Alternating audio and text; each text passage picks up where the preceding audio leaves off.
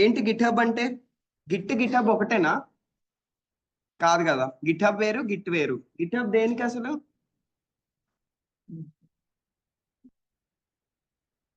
Files store చేసుకోవడానికి. So simple గా చెప్పాలంటే గిట్హబ్ అనేది ఒక ప్లాట్ఫామ్. ఆ ప్లాట్ఫామ్ లో ఏంటంటే మనం మన ప్రాజెక్ట్ రిలేటెడ్ డేటా ఏవైతే ఫైల్స్ ఉంటాయో ఆ డేటా మొత్తం స్టోర్ చేసుకోవచ్చు. స్టోర్ చేయొచ్చు, మాడిఫై చేయొచ్చు, షేర్ చేయొచ్చు, ఇంకా డిలీట్ చేయొచ్చు. సో చాలా థింగ్స్ చేయొచ్చు అనమాట. అంటే మనకి మన మొబైల్లో డ్రైవ్ ఎలాగో సేమ్, కాకపోతే డ్రైవ్ మనకి ఇమేజెస్ కి, వీడియోస్ కి, వాటి ఫైల్స్ కి కదా. కానీ ఇది దేనికంటే ప్రాజెక్ట్ అనమాట. గిట్హబ్ లో స్టోర్ చేసుకుంటాం. ఎందుకు అంటే ఒక బ్యాకప్ లాగా యాక్ట్ అవుతుంది. ఇంకా చాలా థింగ్స్ ఉన్నాయి, చాలా ఫ్యూచర్స్ గిట్హబ్ ప్రొవైడ్ చేస్తుంది. అందుకు మనం గిట్హబ్ అనేది యూస్ చేస్తాం. So GitHub is a web based platform used for collaborative work. Collaborative work అంటే గ్రూప్ ఆఫ్ పీపుల్ కలిసి వర్క్ చేస్తే అది కొలాబరేటివ్ వర్క్ అంటాం. And managing project related data అంటే గ్రూప్ ఆఫ్ పీపుల్ వర్క్ చేసినప్పుడు గిట్హబ్ మనకి యూజ్ అవుతుంది. అండ్ ప్రాజెక్ట్ రిలేటెడ్ డేటా అంతా మేనేజ్ చేయడానికి. మేనేజ్ అంటే it allows user to store, share, modify and delete project data seamlessly. So ఇవన్నీ చేయొచ్చు అనమాట గిట్హబ్ తో. So GitHub futures already discuss చేసాం కదా. ఏంటి? ఓపెన్ సోర్స్ అంటే free for everybody, anybody can access. Next cloud based అంటే క్లౌడ్ లో స్టోర్ అయి ఉంటాయి కాబట్టి మనం మన ల్యాప్టాప్ లేకపోయినా వేరే ల్యాప్టాప్స్ లో అయినా ఎక్కడి నుంచి అయినా సరే మనం గిట్హబ్ అకౌంట్ ని యాక్సెస్ చేయొచ్చు, ఆ ఫైల్స్ ని యాక్సెస్ చేయొచ్చు. అదే మనకి గిట్హబ్ లేకపోతే మన ఏంటి, మన ప్రాజెక్ట్ ఓన్లీ మన ల్యాప్టాప్ లోనే ఉంటాయి. సో అది ప్రాబ్లమే కదా, ఒక ల్యాప్టాప్ కి ఏదైనా ఇష్యూ వస్తే ప్రాబ్లం అవుతుంది, మనం చేసిన వర్క్ అంతా పోతుంది కదా. అందుకు గిట్హబ్ లో స్టోర్ చేసుకొని ఉంచుకోవడం బెటర్. నెక్స్ట్ కమ్యూనిటీ సపోర్ట్ అంటే చాలా ఎక్కువ మంది యూజర్స్ ఉన్నారు. మోస్ట్లీ డెవలపర్స్, ప్రోగ్రామర్స్ అందరూ కూడా గిట్హబ్ లో ఉంటారు అలా. నెక్స్ట్ కొలాబరేషన్ టూల్స్ అంటే గ్రూప్ ఆఫ్ పీపుల్ కలిసి వర్క్ చేయడానికి కొన్ని టూల్స్ ప్రొవైడ్ చేస్తుంది. అది మనం డిస్కస్ చేస్తాం తర్వాత. అంటే గ్రూప్ ఆఫ్ పీపుల్ కలిసి ఎలా వర్క్ చేయొచ్చు అనేది తర్వాత డిస్కస్ చేద్దాం. నెక్స్ట్ కోడ్ రివ్యూస్ అంటే ఇప్పుడు మీ కోడ్ నేను చెక్ చేయడానికి అవుతుంది కదా, మీరు లింక్ షేర్ చేస్తే నేను చెక్ చేయొచ్చు. గిట్హబ్ వల్లే కదా అది. అలా కోడ్ హోస్టింగ్, మీరు కోడ్ని ఆల్రెడీ డిప్లాయ్ చేస్తున్నారు కదా, మీరు రాసిన కోడ్ అవుట్పుట్ కనిపిస్తుంది అంటే మీరు డిప్లాయ్ చేస్తున్నారు, ఆ కోడ్ హోస్టింగ్ పాసిబుల్ అవుతుంది కదా. నెక్స్ట్ కోడ్ షేరింగ్, సో మన కోడ్ని వేరే వాళ్ళకు కూడా షేర్ చేయడానికి అవుతుంది. కోడ్ మేనేజ్మెంట్ అంటే సంథింగ్ స్టోర్ చేసుకోవడం, మాడిఫై చేయడం ఇలా. కోడ్ సెక్యూరిటీ అంటే మీరు పబ్లిక్ లో పెట్టుకోవచ్చు, ప్రైవేట్ లో కూడా పెట్టుకోవచ్చు కోడ్ అనేది. నెక్స్ట్ కోడ్ బ్యాకప్ అంటే ఒక దగ్గర ఒకవేళ మన కోడ్ పోయినా అక్కడ ఉంటది. సిఏసిడి అంటే continuous integration and continuous deployment. ఎవరు డీల్ చేస్తారు సిఐసిడితో? డెవాప్స్. ఓకే. ఇదేంటి వర్షన్ కంట్రోల్? ప్రీవియస్ వర్షన్స్ కి వెళ్ళడం, ఇది డిస్కస్ చేద్దాం ఇది. అండ్ రిపోజిటరీ అంటే స్టోరేజ్ లొకేషన్. ఇప్పుడు మనకి ఫైల్ మేనేజర్ లో ఫోల్డర్ ఎలాగో గిట్హబ్ లో మనకి ఆ రిపోజిటరీ అనేది ఒక స్టోరేజ్ లొకేషన్ అనమాట. అక్కడ మనం ఫైల్స్ అవి స్టోర్ చేసుకుంటాం. మనకి ఎన్ని ప్రాజెక్ట్స్ ఉంటాయి అన్ని రిపోజిటరీస్ క్రియేట్ చేసుకుంటాం. అది పబ్లిక్ ఉంటాయి, ప్రైవేట్ ఉంటాయి. పబ్లిక్ అయితే ఎనీబడి కెన్ యాక్సెస్, ప్రైవేట్ అయితే ఓన్లీ యాక్సెస్ కొంతమందికి అవుతుంది. ఒకవేళ గిట్హబ్ లేకపోతే పరిస్థితి ఏంటి? లోకల్ వర్షనింగ్ అంటే ఆల్రెడీ డిస్కస్ చేసాం కదా ఇవన్నీ. ఏంటి లోకల్ వర్షనింగ్?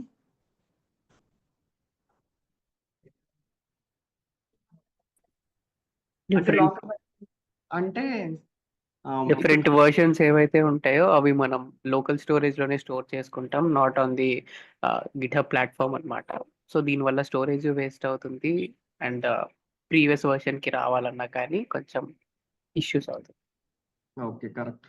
లోకల్ వర్షనింగ్ అంటే మనం డిఫరెంట్ వర్షన్ స్టోర్ చేసుకోవడం అలా అని అనుకోవచ్చు. ఇంకోటి ఏంటంటే ఇప్పుడు ప్రతి కంపెనీ కూడా స్టోర్ చేసుకోవడానికి ఏదో ఒకటి మెయింటైన్ చేసుకోవాలి, ఏదో ఒక ప్లాట్ఫామ్ లో మెయింటైన్ చేసుకోవాలి, అదనమాట. ఈమెయిల్ అండ్ ఫైల్ షేరింగ్, ఒకవేళ మనకి గిట్హబ్ లేకపోతే మీరు ఫైల్సే కదా గ్రూప్ లో పెట్టేవారు ఫస్ట్ అలా. కమ్యూనిటీ ఐసోలేషన్ అంటే ఇప్పుడు ఏదైతే మనకి వ్యాస్ట్ కమ్యూనిటీ ఉందో సో అదంతా ఏంటి అంటే గిట్హబ్. సో సైలెంట్ లో పెట్టుకోండి ముందే ఈసారి. సో కమ్యూనిటీ ఐసోలేషన్ ఏంటి అంటే ఇప్పుడు సపోజ్ మనకి వేరే దగ్గర ఎక్కడో ఉన్న పర్సన్ కోడ్ కూడా మనం ఇప్పుడు చూడడానికి అవుతుంది. ఒకవేళ గిట్హబ్ లేకపోతే అవుతుందా? అవ్వదు. అంటే మనం ఎక్కడెక్కడో ఉన్నవి కూడా యాక్సెస్ చేసుకోగలుగుతున్నాం. కమ్యూనిటీ అనేది ఇంక్రీజ్ అయింది దానివల్ల. అది లేకపోతే కమ్యూనిటీ ఐసోలేట్ అయిపోద్ది, అంటే తగ్గిపోద్ది. Next impact on open source. అంటే ఇప్పుడు మనకి అన్ని ఫ్రీగా దొరికేస్తాయి. ఇప్పుడు మీకు జావా స్క్రిప్ట్ ప్రాజెక్ట్ అన్న, HTML CSS ప్రాజెక్ట్స్ కానీ ఏవైనా సరే మీరు సెర్చ్ చేస్తే దొరుకుతాయి. ఇక్కడ గిట్ హబ్ లేకపోతే దొరకవు కదా. అంటే వేరే ప్లాట్ఫామ్స్ లో దొరకవచ్చు, గిట్ హబ్ లో అయితే ఇప్పుడు గిట్ హబ్ లో ఎక్కువ దొరుకుతాయి మనకి, అది అనేది ఉండదు. ఎఫిషియన్సీ, మరి ఇదేంటి ఎఫిషియన్సీ ఏంటి అంటే ఎఫిషియన్సీ తగ్గిపోద్ది. అంటే ఇప్పుడు మీరు ఆ ఫైల్ షేర్ చేసుకోవడానికి దీనికే టైం అన్నది ఎక్కువ అయిపోద్ది అనమాట. అది ఇప్పుడు అన్న ఒక దగ్గర స్టోర్ అయి ఉంటే అక్కడ నుండే యాక్సెస్ చేసుకోవచ్చు కదా, ఈజీ ఉంటది అలా. GitHub is a platform where we can store, share, track and modify data. ఇది GitHub కోసం చెప్పొచ్చు. It is maintained by Microsoft. So ఇవన్నీ ఆల్రెడీ డిస్కస్ చేసాం కదా GitHub గురించి, ఈ టాపిక్స్ అన్ని. ఓకే, సో క్లియరా? ఇక్కడ వరకు ఏం డౌట్స్ ఉన్నాయా? GitHub ఏం డౌట్స్ ఉన్నాయా ఎవరికైనా? క్లియర్ కదా? ఓకే, సో ఇప్పుడు గిట్ చూద్దాం. రిపోజిటరీ క్రియేట్ చేయడం, ఫైల్ మాన్యువల్ గా అప్లోడ్ చేయడం, ఇవన్నీ ఐడియా ఉన్నాయి కదా అందరికి. సో అవన్నీ ముందే టీచ్ చేసాం కాబట్టి మనం ఓన్లీ గిట్టే ఫోకస్ చేద్దాం.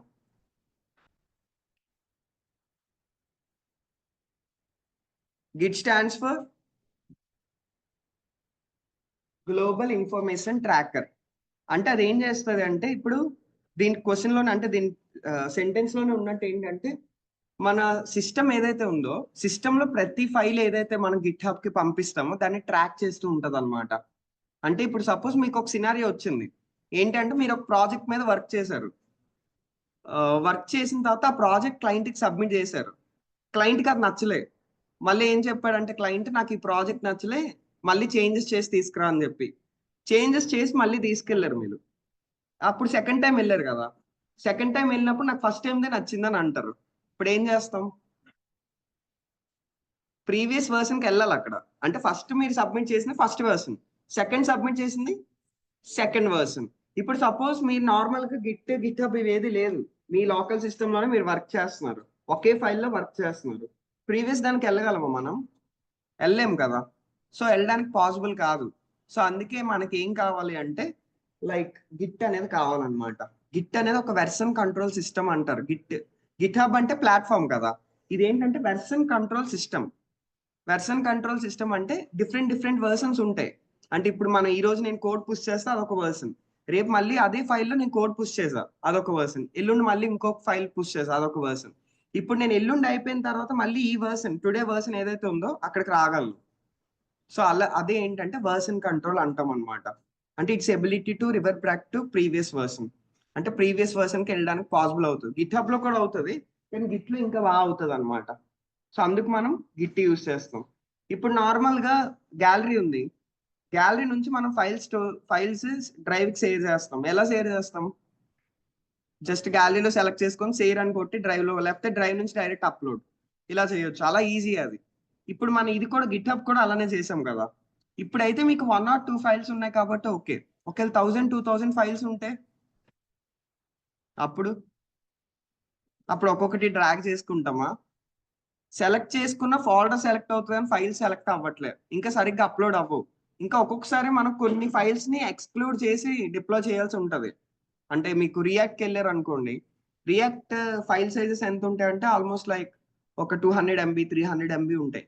కానీ మన ప్రాజెక్ట్ 200 MB ఉంటుంది, కానీ అందులో కొన్ని ఫైల్స్ మాత్రం పంపించాలి. అవి ఓన్లీ ఒక్కటే సెలెక్ట్ చేసి పంపలేము మనం. అప్పుడు మనకి గిట్ కావాలి, కొన్నిటిని ఇగ్నోర్ చేయ పంపించాలి అలా. అంటే లైక్ అంటే సింపుల్ గా చెప్పాలంటే గిట్ దేనికి అంటే, ఫస్ట్ పాయింట్ వర్షన్ కంట్రోల్, అంటే ప్రీవియస్ వర్షన్స్ కి వెళ్ళడానికి పాసిబుల్ అవుతుంది. సెకండ్, మనం ఎక్కువ లార్జ్ ఫైల్స్ హ్యాండిల్ చేస్తున్నప్పుడు నార్మల్ గిట్ హబ్ మాన్యువల్ గా కాకుండా ఇలా బెటర్ అనమాట. Git better. అంటే ఎక్కువ థౌసండ్స్ ఆఫ్ ఫైల్స్ ఉంటాయి మనకు ఒక్కొక్కసారి. అలాంటప్పుడు ఏ ఫైల్ ని పంపించాలి, ఏ ఫైల్ ని పంపకూడదు, ఇలాంటివన్నీ మనం డిసైడ్ చేసి కొన్ని ఫైల్స్ నే పంపొచ్చు, లేకపోతే అన్నిటిని ఒకేసారి ఈజీగా ఫ్లెక్సిబుల్ గా యూస్ చేసుకోవచ్చు. దానికి గిట్ యూస్ అవుతుంది. ఇంకా మల్టిపుల్ పీపుల్ ఒకేసారి వర్క్ చేస్తున్నారు అనుకోండి, సో దానికి కూడా యూజ్ అవుతుంది. అంటే కొలాబరేటివ్ కోఆర్డినేటింగ్ వర్క్ అంటాం కదా. సో అలాంటి వర్క్ కి కూడా, అంటే టీమ్ లా వర్క్ చేస్తున్నప్పుడు వాళ్ళకి కూడా యూజ్ అవుతుంది అనమాట. సో గిట్ వల్ల మనకి చాలా ఫ్యూచర్స్ అనేవి యాడ్ అవుతాయి అలా. సో గిట్ అంటే Git is a distributed version control system distributed version control system అంటే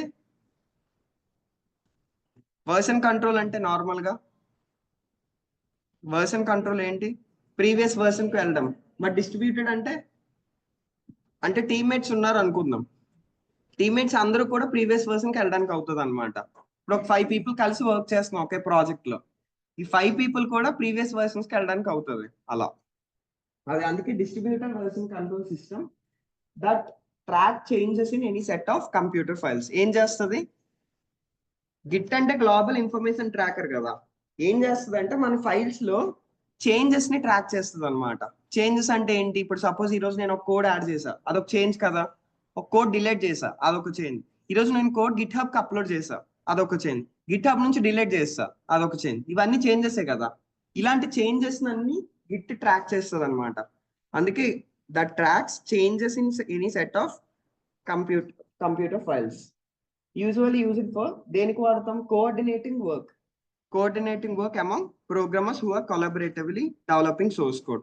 అంటే ఒకరికొకరు కోఆర్డినేట్ చేసుకుంటూ వర్క్ చేసే టీం ఉంటది కదా, అలాంటి వాటికి మనకి గిట్ అనేది హెల్ప్ అవుతుంది అనమాట. ఓకే, మీకు గిట్ కోసం అడుగుతారు, గిట్ హెల్ప్ కోసం మీరు రెజ్యూమ్ లో మెన్షన్ చేయొచ్చు, టూల్స్ అని చెప్పేసి మెన్షన్ చేయొచ్చు గిట్ అవి. సో మెన్షన్ చేయాలంటే గిట్ కోసం అడుగుతారు అప్పుడు కన్ఫర్మ్ గా. అంటే మీ రెజ్యూమ్ లో ఉన్నవే మోస్ట్లీ అడుగుతారు కదా, ఇప్పుడు గిట్ కూడా టచ్ చేస్తారు. సో అప్పుడు గిట్ కోసం చెప్పాలి, Git stands for global information tracker. Git ఏం చేస్తుంది అంటే వర్షన్ కంట్రోల్ సిస్టమ్. అదేంటంటే ప్రీవియస్ వర్షన్స్ కి వెళ్ళొచ్చు, లార్జ్ ఫైల్స్ ని ఈజీగా హ్యాండిల్ చేయొచ్చు, and the tracks changes in any set of computer files. So ఒక కంప్యూటర్ లో ఉండే ఫైల్స్ ని చేంజెస్ చేస్తూ ఉంటది, ట్రాక్ చేస్తూ ఉంటది.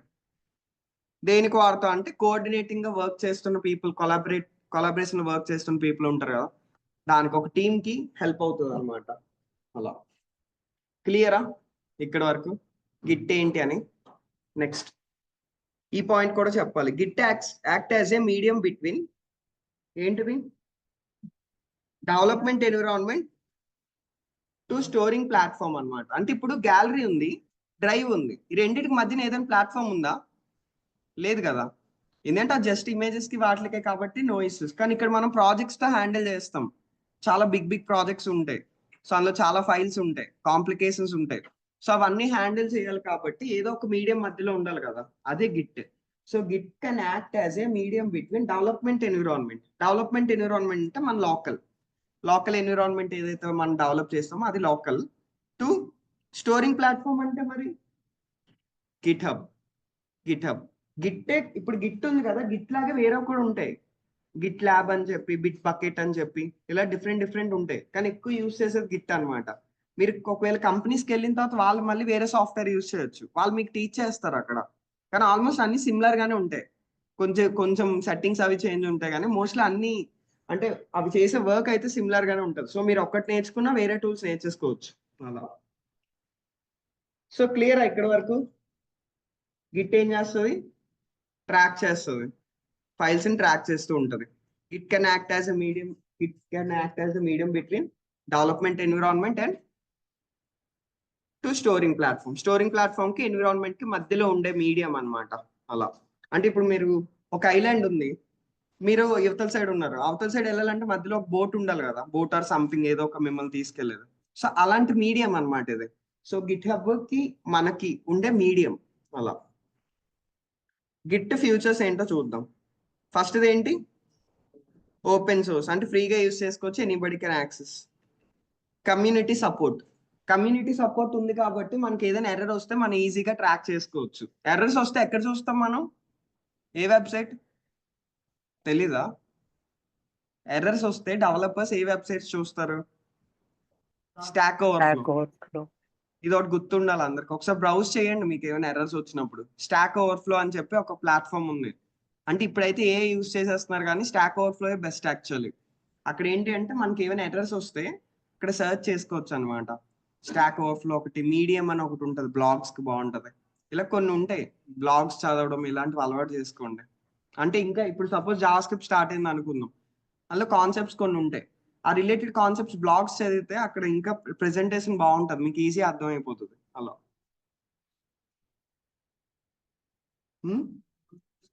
ట్యూటోరియల్స్ కాదు, బ్లాగ్స్ అంటే ఇప్పుడు నా డాక్యుమెంట్ ఎలా ఉంది, ఇలా డాక్యుమెంట్ ఉండి ఇమేజెస్ రిప్రజెంటేషన్స్ ఉంటాయి అన్నమాట.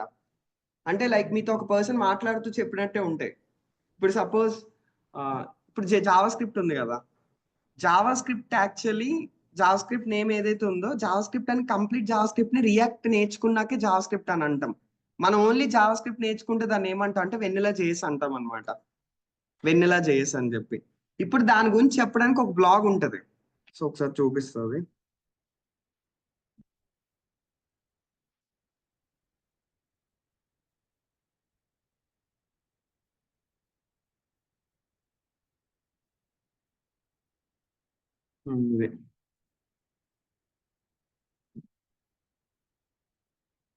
ఇలాంటివి ఉంటాయి పిక్చర్ రిప్రజెంటేషన్. ఇదేంటి,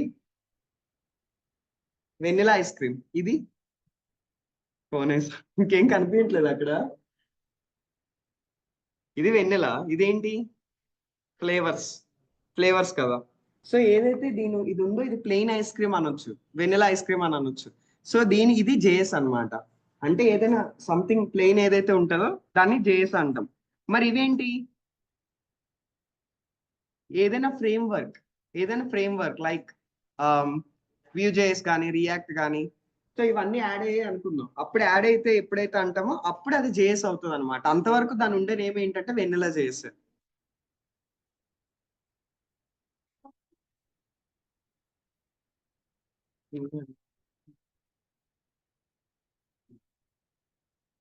సో ఇలా బ్లాగ్స్ ఉంటాయి. ఇప్పుడు ఇది ఒక బ్లాగ్ కదా, ఇప్పుడు ఇది జస్ట్ వెన్నెల చేసి ఎందుకు అంటే ఇది చూస్తే గుర్తొచ్చేస్తుంది వెన్నెల చేసి ఏంటి, నార్మల్ చేసి ఏంటి అని. వెన్నెల చేసి అంటే ఏంటి, మనం నేర్చుకునే జేఎస్ వెన్నెల చేసి.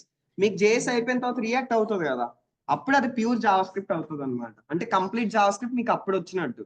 అప్పటిదాకా మీరు నేర్చుకుంది వెన్నెల చేసే అవుతుంది అది. అలా బ్లాగ్స్ ఉంటాయి.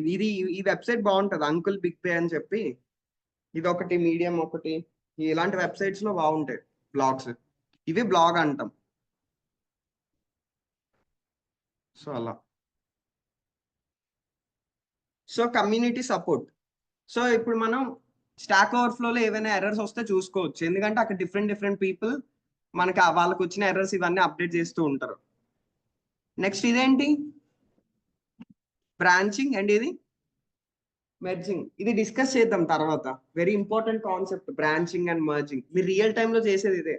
మనం నెక్స్ట్ ఫ్యూ డేస్ లో ఏం చేస్తాం అంటే నెక్స్ట్ 2 days లో పీపుల్ రియల్ టైమ్ లో ఎలా వర్క్ చేస్తారో మీరే గ్రూప్ లో ఫామ్ అయ్యే వర్క్ చేస్తారు అనమాట. అది ఎలాగో నేను చెప్తా. అంటే గ్రూప్ ఆఫ్ పీపుల్ లో ఫామ్ అయ్యి అసలు రియల్ టైమ్ లో మనకి వర్క్ ఎలా అసైన్ అవుతుంది, గిట్ ఎలా యూస్ చేస్తారని. అది next distributed version control. Already discuss చేసా కదా, అంటే టీమ్మేట్స్ ఉంటే అందరూ కూడా ప్రీవియస్ వర్షన్ కి వెళ్ళడానికి అవుతుంది. నెక్స్ట్ స్టేజింగ్ ఏరియా, ఇదేంటో డిస్కస్ చేద్దాం. So 3 components of git. 3 components ఏంటంటే, సార్ పెయింట్కి వెళ్దాం.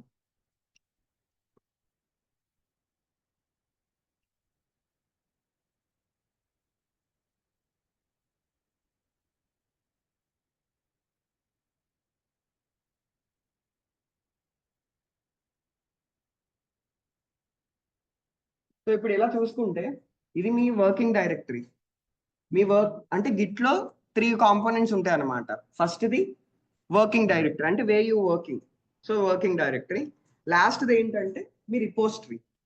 అదే ఐ మీన్ రిపోజిటరీ అంటే స్టోరింగ్ ప్లాట్ఫామ్ ఏదైనా చెప్పొచ్చు, గిట్ హబ్ ఇలాంటి స్టోరేజ్ ప్లాట్ఫామ్, హోస్టింగ్ ప్లాట్ఫామ్ ఏదైనా చెప్పొచ్చు. అది ఈ మధ్యలో ఉంటది కదా ఈ ఏరియా, ఇక్కడ నుంచి ఇక్కడికి ఈ పార్ట్ ఇదంతా, దీన్నే స్టేజింగ్ ఏరియా అంటాం. అంటే ఇంకా అది మీ వర్కింగ్ డైరెక్టరీలో వర్కింగ్ డైరెక్టరీ నుంచి మూవ్ అయిపోయింది, కానీ ఇంకా ఇక్కడికి వెళ్ళే ఈ మధ్యలోనే ఉంది. సో అప్పుడే స్టేజింగ్ ఏరియాలో ఉంది అంటాం అనమాట. అర్థమైందా? స్టేజింగ్ ఏరియా ఏంటంటే మీ వర్కింగ్ డైరెక్టరీలో నుంచి మూవ్ అయిపోయింది, కానీ ఇక్కడికి రీచ్ అవ్వలేదు, అది ఒక దగ్గర ఆగిపోయింది. అదే స్టేజింగ్ ఏరియా. అంటే మధ్యలో ఉంది అని చెప్పి, అంటే ఇంకా వెళ్తుంది. అలా మనం ఏంటంటే ఫస్ట్ ఫైల్స్ ని ఇక్కడ నుంచి ఇక్కడికి పంపిస్తాం, తర్వాత ఇక్కడ నుంచి ఇక్కడికి పంపిస్తాం అనమాట. ఇలాగ ఈ 2 ways లో ఫాలో అవుతాం. ఎందుకు ఇక్కడ నుంచి ఇక్కడ పంపిస్తాం అంటే, ఇప్పుడు ఇక్కడ నుంచి ఒక ఫైల్ ఇక్కడ పంపాం, ఏమైనా చేంజెస్ చేయాలి అప్పుడు వెంటనే చేసుకోవచ్చు. మళ్ళీ ఇక్కడికి పంపేక్ చేయాలంటే టఫ్ అన్నమాట. సో అందుకే ఫస్ట్ ఇక్కడ నుంచి ఇక్కడ పంపి ఫైనల్ గా చూసుకుంటాం, ఓకే ఏం చేంజెస్ అక్కర్లేదు, సో చేంజెస్ ఏం అక్కర్లేదు కదా ఇక్కడ నుంచి ఇక్కడ పంపుతాం. అలా ఇవన్నీ మనం కామెంట్స్ యూస్ చేసి చేస్తాం అనమాట. ఇప్పటిదాకా మనం మాన్యువల్ గా చేసాం కదా, మాన్యువల్ గా ఇంక చేయొద్దు ఎవరు. ఇప్పటి నుంచి డిప్లాయ్ మాన్యువల్ గా ఎవరు చేయకూడదు. ఇప్పటి నుంచి గిట్ యూస్ చేసుకొని చేయాలి. ఓకే, ఎందుకంటే మాన్యువల్ గా చేస్తే మనకి ఏంటంటే డమ్ స్టూడెంట్స్ అనుకుంటారు, లేమెన్ లా ఉంటుంది అలా చేస్తే, అది ప్రొఫెషనల్ ఉండదు. సో అందుకే ఇప్పుడు గిట్ యూస్ చేసి చేయండి. గిట్ తెలియదు కాబట్టి ఇప్పటిదాకా అలా చేసాం. సో ఇప్పుడు మాత్రం గిట్ యూస్ చేసి చేయాలి. సో ఇప్పుడు చూడండి 3 కాంపోనెంట్స్ ఆఫ్ గిట్ లో ఫస్ట్ ఏంటి, working directory. The working directory is a directory on your system where you will manipulate files, అంటే మన లోకల్. స్టేజింగ్ ఏరియా ఏంటి, staging area act as a medium between your working directory and repository. Working డైరెక్టరీకి రిపోజిటరీకి మధ్యలో ఉండే ఏరియా. And it is repository, it is a git repository where you will track and commit changes. So అలా clear ఇక్కడి వరకు. So ఏమైనా doubts ఉన్నాయా ఇక్కడి వరకు? సో నెక్స్ట్ ఏంటంటే గిట్ ఇన్స్టాలేషన్, గిట్ కాన్ఫిగ్ ఇవన్నీ చేయాలి. ఇక్కడ దాకా క్లియర్ అంటే మూవ్ అవుదాం నెక్స్ట్. క్లియరే కదా, working directory, staging area, repository అలా.